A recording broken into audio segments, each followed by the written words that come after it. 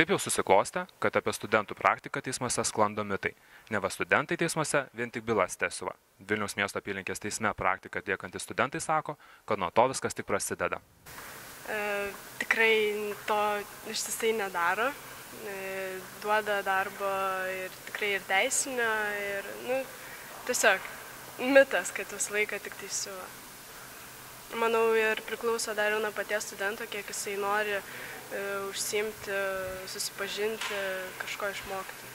Man pačiam teko tik 2 bylas, o šiaip galvojau, gal iš pradžių mėnesį tik turėjau praktikos iš kolegijos siuntę.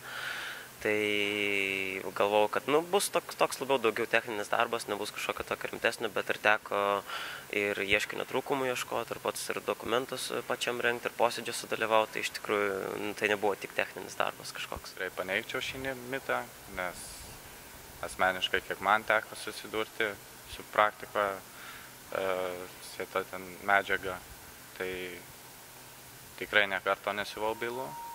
Ir mano visas darbas buvo susijęs tik tai su bylų analizavimu, procesinių dokumentų nagrinėjimu ir diskutavimu teisiškais klausimais, dalyvavimas posėdžio be abejo. Ir tiek.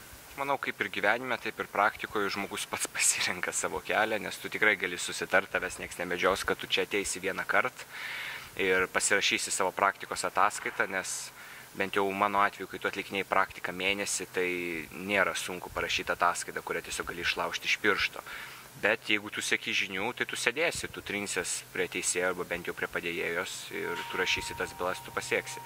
Tiesiog čia pasirenki, žinai. Nors bylas irgi vieną pasiuvau ir tada supratau, kad labai noriu mokytis. Kaip ir kai buvau teismų raštiniai, administracinių bylų raštiniai, tai irgi supratau, kad noriu labai mokytis stipriai, nes įsipjovau pirštą su byla. Buvo liūdna.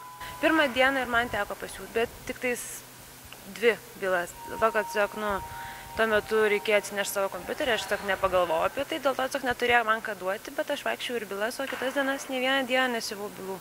Turėjau darbą, rašiau nutarimus, ten vaikščiau posėdžius, taip turėjau rimtą darbą. Iš tiesų tai paneigčiau, nes visų pirma esu girdėjęs, kad teismuose dažnai būna praktikantai siunčia į archyvus tvarkyti bylas, bet iš tiesų to bent jau per mėnesį laiko, to pas mane tik buvo 1 diena, kai buvau nusiųstas į archyvus, bet mano manymu tai iš tiesų tai kiekvienas studentas turėtų susipažinti su archyvo darbu. Vis tiek ten ir kaip ir specialistai taipogi yra, tai manau, kad iš tiesų tai verta pamatyti bent jau tokį darbą. Savo sprendimą praktiką atlikti teisme studentai argumentuoja labai paprastai. Teisme nusprendžiau atlikti praktiką, nes iš tiesų norėjau prisiliesti prie teismų sistemos ir pamatyti, kaip viskas vyksta iš tiesų. Ir tikrai nesigailiu šito pasirinkimo, nes iš tiesų išmokau labai daug.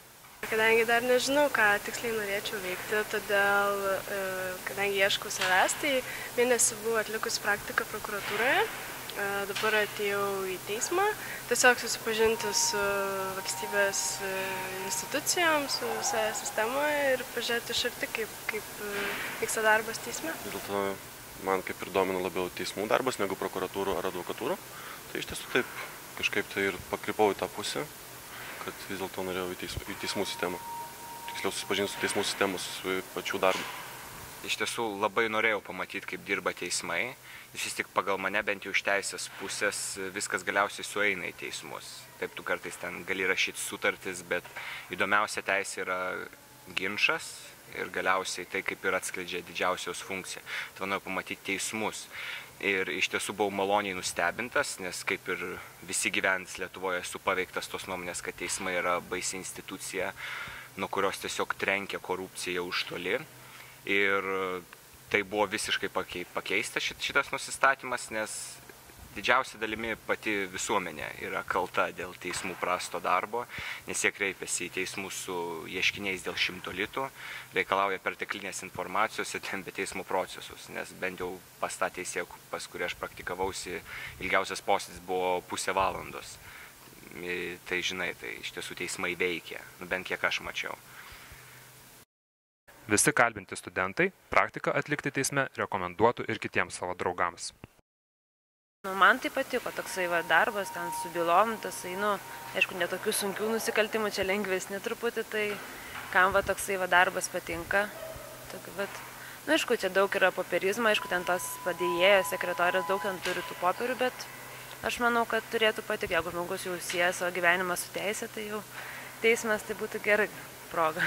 Taip, be abejo rekomenduočiau, nes čia iš tikrųjų aš, kaip ir sakiau, antrą praktiką čia atlieku, per pirmą praktiką nors ir mėnesį turėjau, bet iš tikrųjų labai daug ko išmokau naujo. Įgavau kaip būtent patirties, sužinau daug labai įdomių dalykų būtent apie teisę, apie teismų veikimą, teismų veiklą. Ir taip pat, kaip sakiau, teko rengti daug labai dokumentų, ieškinių trūkumų ieškoti ir iš tikrųjų labai naudinga buvo. Taip pat įgauni tokios teisinės kalbos, išmoksti kalbėti teisiškai būtent, tai iš tikrųjų labai padeda. Be abejo rekomenduočiau, nes ši praktika yra labai įdomi ir mane motyvavo ir tęsti mokslus toliau ir stengtis pasiekti tai, kad gal kada nors atsidurčiau čia. Taip, rekomenduočiau. Iš principo, taip suskirščius visas teisinės profesijas pagal amžių, tai aš manau, būti teisėju arba dirbti teisme jau yra tai, ko tu norėtum užsiimti senatvę. Nes tai yra stabilu, ramu, darbo valandos yra tos pačios kiekvieną dieną, fiksuotos šventės ir taip toliau. O advokatas, sakykime, taip jau banaliai kalbant, yra tai, ko tu nori dirbti jaunystėje, nes tu turi užsidirbti, kaip sakant, iš savo kojų, bėgiodamas ir ieškodamas. Bet teismuose rekomenduočiau, bent jau dėl to, kad susidarytų požiūrį ir kitą kartą, kai pradės tavo seneliai, tėvai ar draugai bumbėti ant teismų, tai pasakyti, kad pasiūlyt gal net ateiti į posėdį. Nes čia yra liūdna, tu žiūri filmus apie Ameriką dažniausiai, nes kai amerikiečiai susuka filmą apie gyvenimą, visai kai yra teismas, žinai, kaip Rusija visai kai yra gėrimas, tai Amerikoje visai kai yra teismas. Ir tenai visai kai pilna žmonių. Ir dėl to liūdna, kad Lietuvoje net ir konstitucinio teismo posėdžius nieks neteina.